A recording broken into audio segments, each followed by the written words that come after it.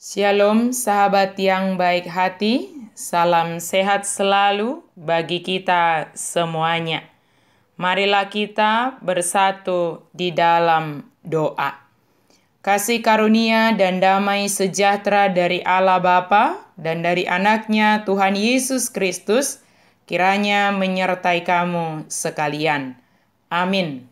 Firman Tuhan bagi kita pada hari Minggu ini dari Kisah Para Rasul 9 ayat 36 sampai 43. Marilah kita membacanya secara lengkap di tempat kita masing-masing. Saya baca ayat 36 dan 37. Di Yope ada seorang murid perempuan bernama Tabita, dalam bahasa Yunani Dorcas. Perempuan itu banyak sekali berbuat baik dan memberi sedekah. Tetapi pada waktu itu ia sakit lalu meninggal. Dan setelah dimandikan mayatnya dibaringkan di ruang atas. Dari renungan kita ini, kita akan membahas topik tentang kuasa Tuhan yang menghidupkan. Tabita atau Dorcas adalah seorang pengikut Tuhan Yesus yang namanya dikenang karena kemurahan hatinya. Alkitab mengabadikan apa yang sudah Dorcas lakukan semasa hidupnya.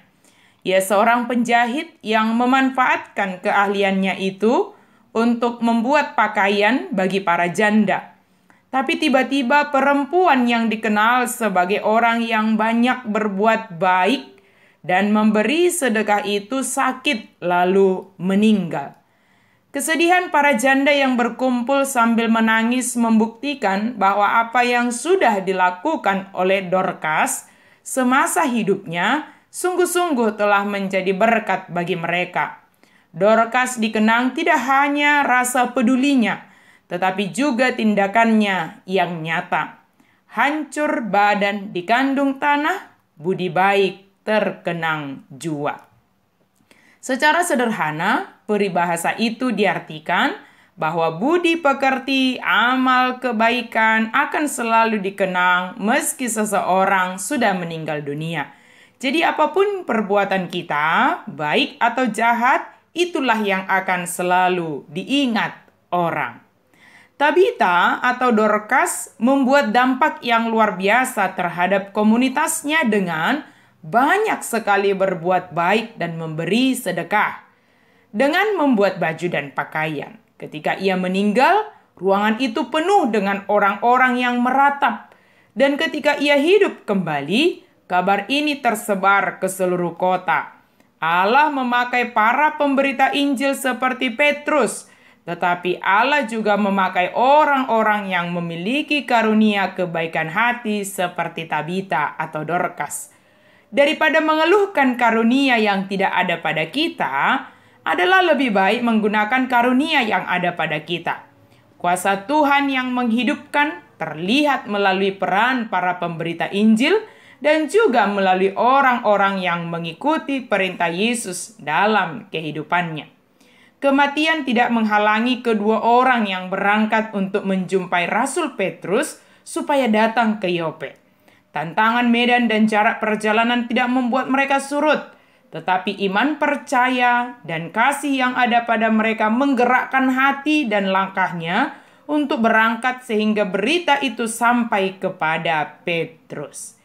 Iman percaya itu melahirkan pengharapan yang hidup, memberikan kekuatan, keberanian, dan keteguhan hati untuk mengerjakan suatu pekerjaan yang tidak dapat dijangkau oleh akal dan pikiran manusia.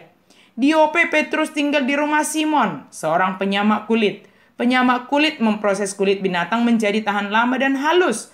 Adalah penting bahwa Petrus berada di rumah Simon, karena pekerjaan menyamak kulit mencakup kontak dengan binatang yang sudah mati, dan hukum Yahudi menganggap itu sebagai pekerjaan najis. Petrus sudah tidak lagi memiliki prasangka terhadap orang-orang yang tidak segolongan dengannya dan yang memiliki kebiasaan yang tidak mengikuti tradisi-tradisi agama Yahudi. Ketika Rasul Petrus dibawa ke ruangan di mana Tabita yang telah meninggal itu disemayamkan, hal yang pertama sekali dilakukan Petrus adalah berlutut dan berdoa. Selanjutnya Allah menunjukkan kuasa-Nya melalui rasulnya dan melalui pengikutnya yang senantiasa berbuat baik dan memberikan sedekah.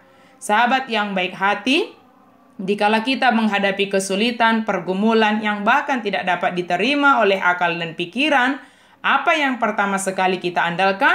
Yaitu tetap teguh dalam iman percaya kepada Yesus Kristus yang akan menolong kita berpengharapan, memiliki kekuatan dan kebijaksanaan serta ketenangan dalam melakukan apapun yang harus kita lakukan. Kemudian, dalam iman percaya kita harus berlutut dan berdoa kepada Tuhan.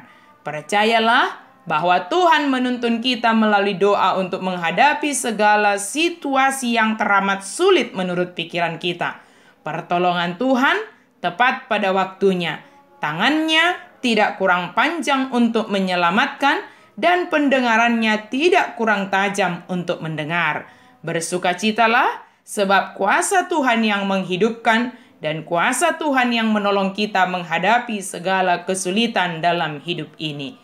Amin. Mari kita berdoa. Terima kasih Tuhan untuk firman-Mu. Biarlah kami senantiasa hidup di dalam kuasa-Mu, karena kami percaya hanya kuasa-Mu ya Yesus Kristus yang sanggup menghidupkan kami. Dalam nama Yesus kami berdoa dan bersyukur. Amin.